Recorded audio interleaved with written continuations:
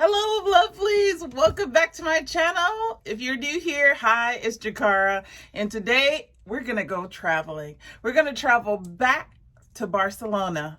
Stay tuned.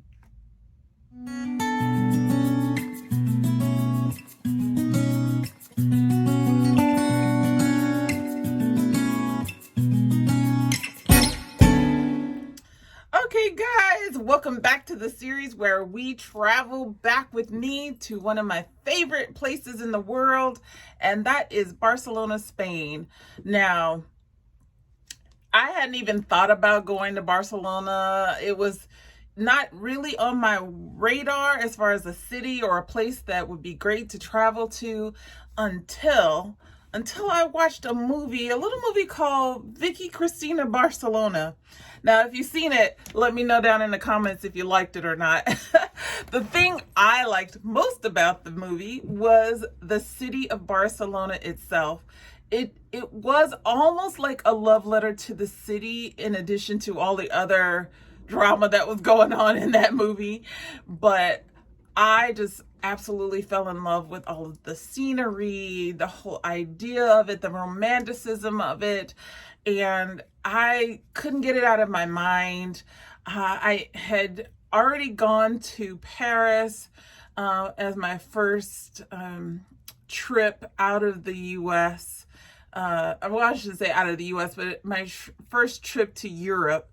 And I was itching to go again. I was like, I gotta go to Europe. I gotta go somewhere. And then I was like, Barcelona.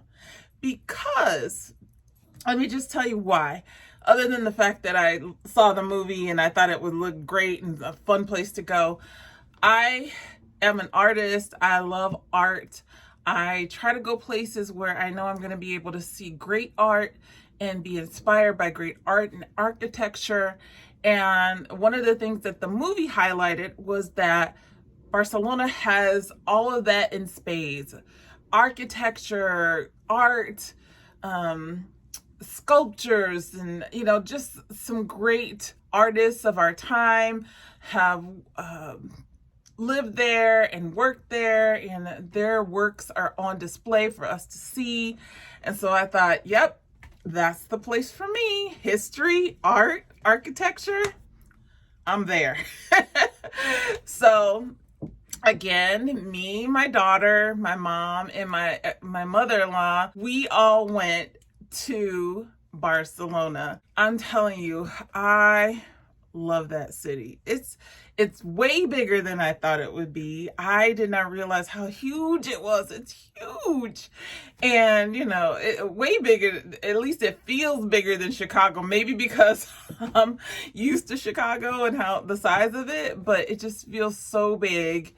And everywhere you look was just beautiful architecture. And then before I went, I did some studying up on, the types of art that I would be looking for and looking into and going to see, and which museums to go see and all that kind of stuff.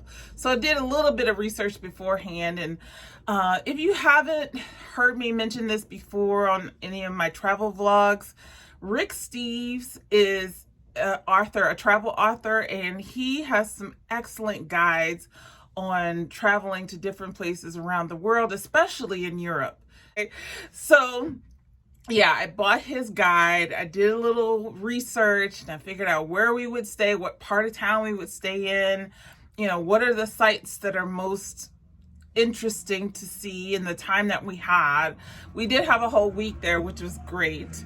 And so I picked we stayed in, oh gosh, I'll put it on the screen, the neighborhood in which we stayed, because I can't remember off the top of my head.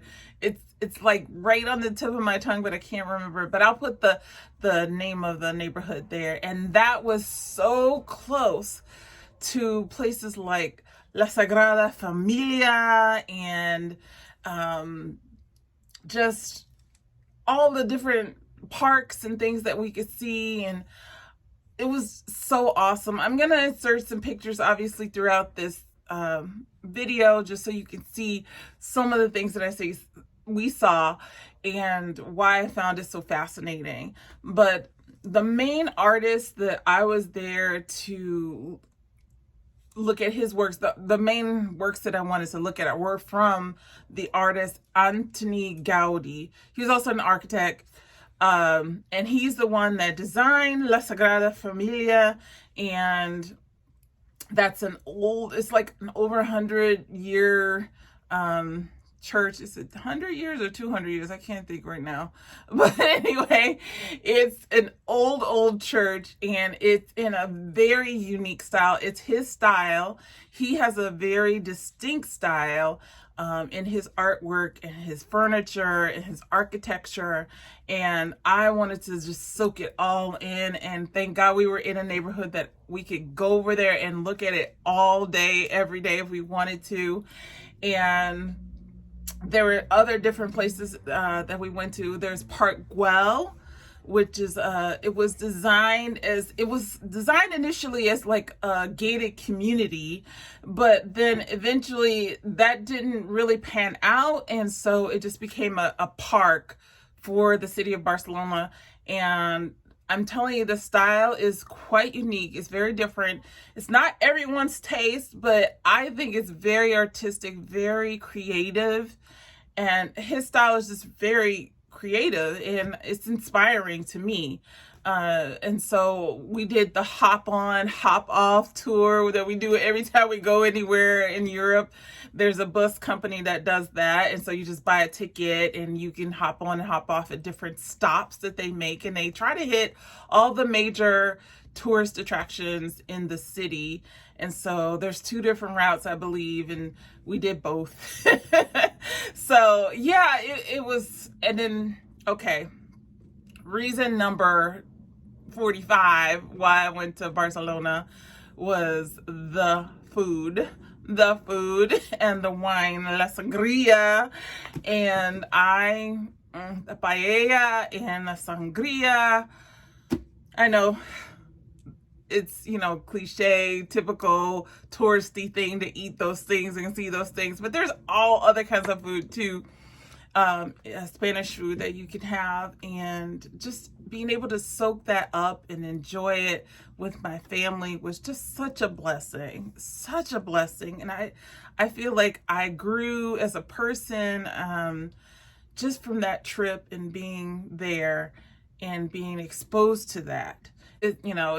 I'm not fluent, but I knew it would be a place that if I had to speak Spanish, I could survive and do whatever I needed to do.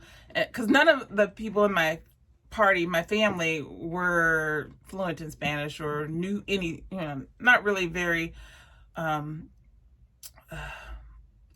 acquainted or proficient in using Spanish language. I mean, they knew a few words, but I was probably the most proficient, and I'm not even fluent, but I know enough, and I knew that we would be okay. As a foreign country, we'd be okay going to, a place that speaks Spanish. And I love the way Spaniards speak Spanish with the, la fagradia, and, the emphasis on the words. I just love it all. I love it. It's one of the places that I'm thinking about moving to spend time, significant amount of time, as a expat. So yeah, so the food was wonderful. It's a beautiful city. It's just so beautiful.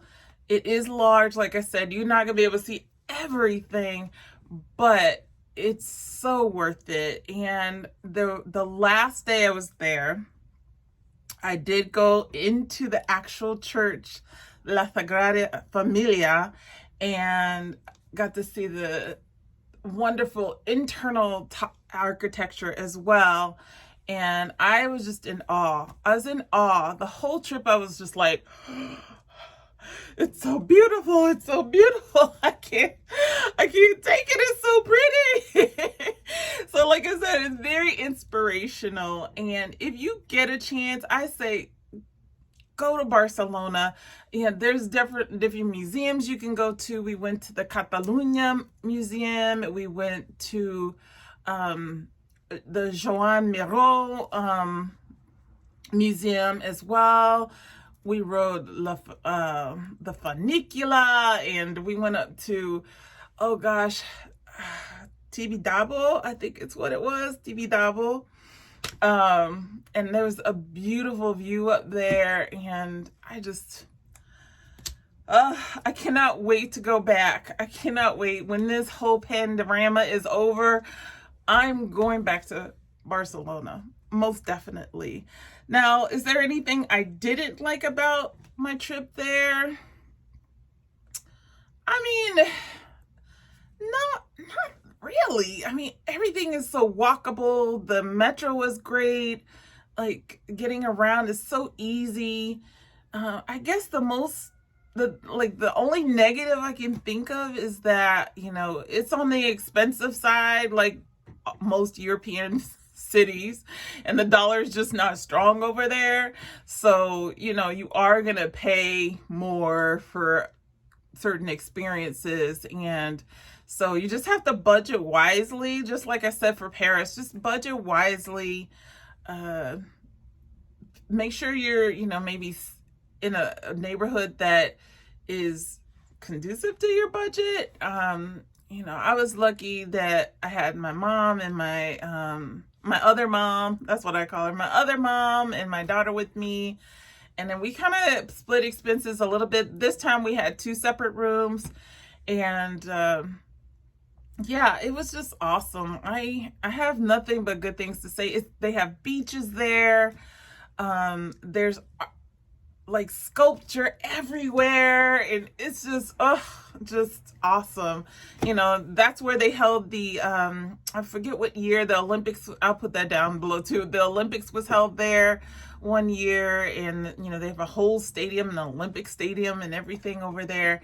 And I don't know, I could gush on and on and on and on and on about Barcelona, but I'm gonna stop here. Just like I said with the other, the Paris, Travel Back to Me with Paris video, you just want to be mindful. It is a city, so you want to be mindful of, your possessions. Make sure you're not going places that are suspect at, certain times of the day or night. Make sure you do your homework and know where you're going and what you're going to be doing. I'm not saying that you have to plan every aspect out, but just, have an idea. If you can learn some Spanish phrases that will be helpful. There are a lot of people that speak English there, but, again, I think it's more respectful when you go to another country and you at least try to say something in their language, because I heard the other day, speaking the language speaks to a person's heart. It really does, and it gets you a lot friendlier. I mean, they're very friendly over there. Spaniards are very friendly and open and loving, and if you speak Spanish to them, at least try a little bit. If you try, you will get better reception, I think.